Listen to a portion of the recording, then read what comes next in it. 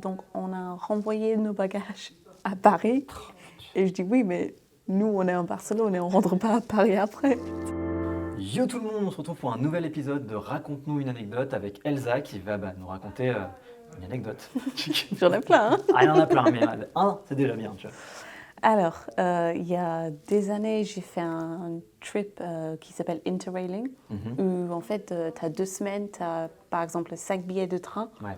Et moi, je fais un tour de Europe, on va dire, avec une amie, avec ses billets de train. D'accord. Et en fait, notre dernière destination, c'était à Barcelone.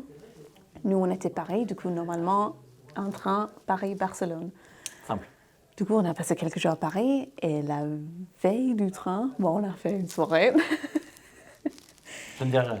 Et on était fatigués le lendemain. Très et en fait,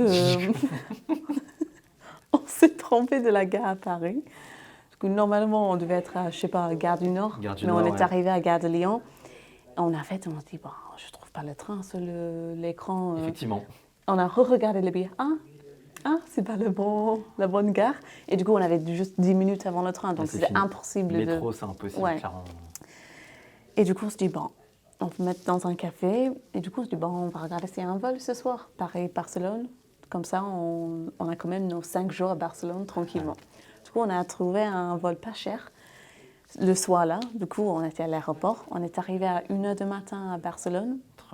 Et petite annonce que la compagnie aérienne a oublié de mettre nos bagages dans l'avion. Tranquille. Du coup, pourquoi faire en vrai, pourquoi prendre l'avion avec des bagages? Ils se sont dit, donnez-nous votre adresse d'auberge de jeunesse et demain, on va vous livrer vos bagages. Là, c'est ok, on se dit, bon, c'est galère, mais ça passe, ça va être établi demain. Lendemain, pas de nouvelles. Le jour après, pas de nouvelles, du coup, on les appelle. Ils sont où nos bagages? Il dit, en fait, on a vu sur le billet que vous étiez à Paris, donc on a renvoyé nos bagages à Paris. Et je dis, oui, mais nous, on est en Barcelone et on rentre pas à Paris après. Du coup, après, il se dit, bon, demain, on va vous livrer les bagages. Mais au final, en fait, on a passé 4-5 jours à Barcelone sans affaires. Forcément, on a acheté quelques trucs, mais on était des étudiantes, pas beaucoup d'argent non plus. On avait un budget fixe. Et du coup, en fait, le jour où on prenait l'avion pour rentrer en Angleterre, on a récupéré nos bagages et puis on a pris l'avion pour rentrer. C'est dingue, ça doit être une sacrée expérience de se balader sans ses fringues, ses habits, etc. Moi, j'avais juste des tongs. Pour marcher, c'était... Le culot. Oui. Comment on a le droit de le dire c'est fou, quoi.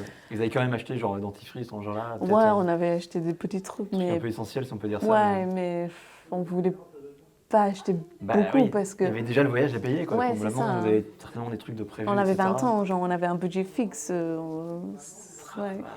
C'est l'histoire. Et la compagnie vous a rien donné en compensation? Non, j'ai essayé, mais rien. C'était quelle compagnie qu'on balance un peu? Vueling. C'est quoi cette compagnie? Vueling, c'est une compagnie espagnole. V-U-E-L-I-N-G. Compagnie espagnole en plus. Oui. Non, tout va bien. Pas française, t'inquiète. Non. On sait jamais. Ouais.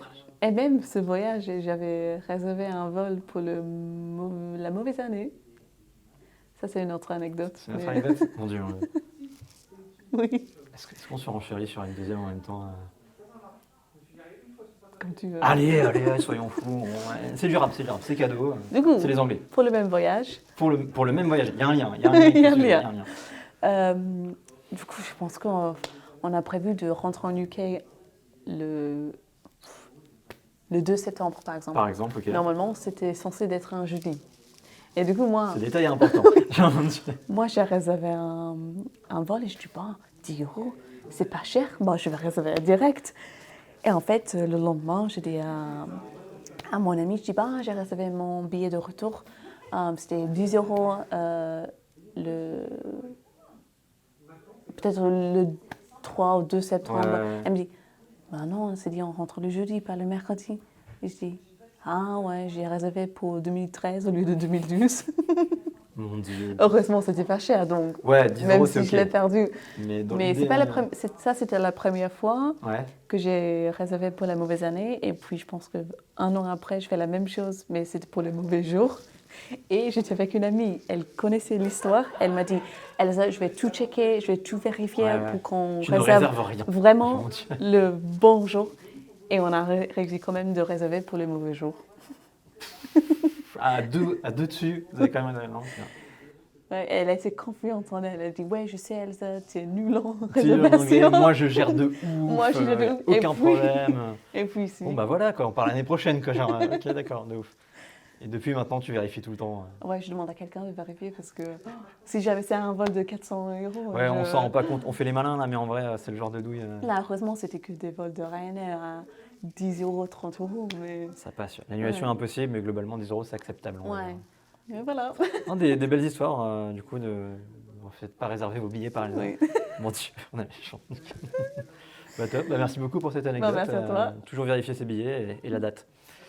Et n'oubliez pas, comme d'habitude, de liker, commenter, de vous abonner, de cliquer sur la petite cloche pour voir d'autres vidéos. Et il y en aura d'autres, évidemment. Et surtout, Subscribe. Il n'y a pas une fois on va la faire celle-là. Genre, bref.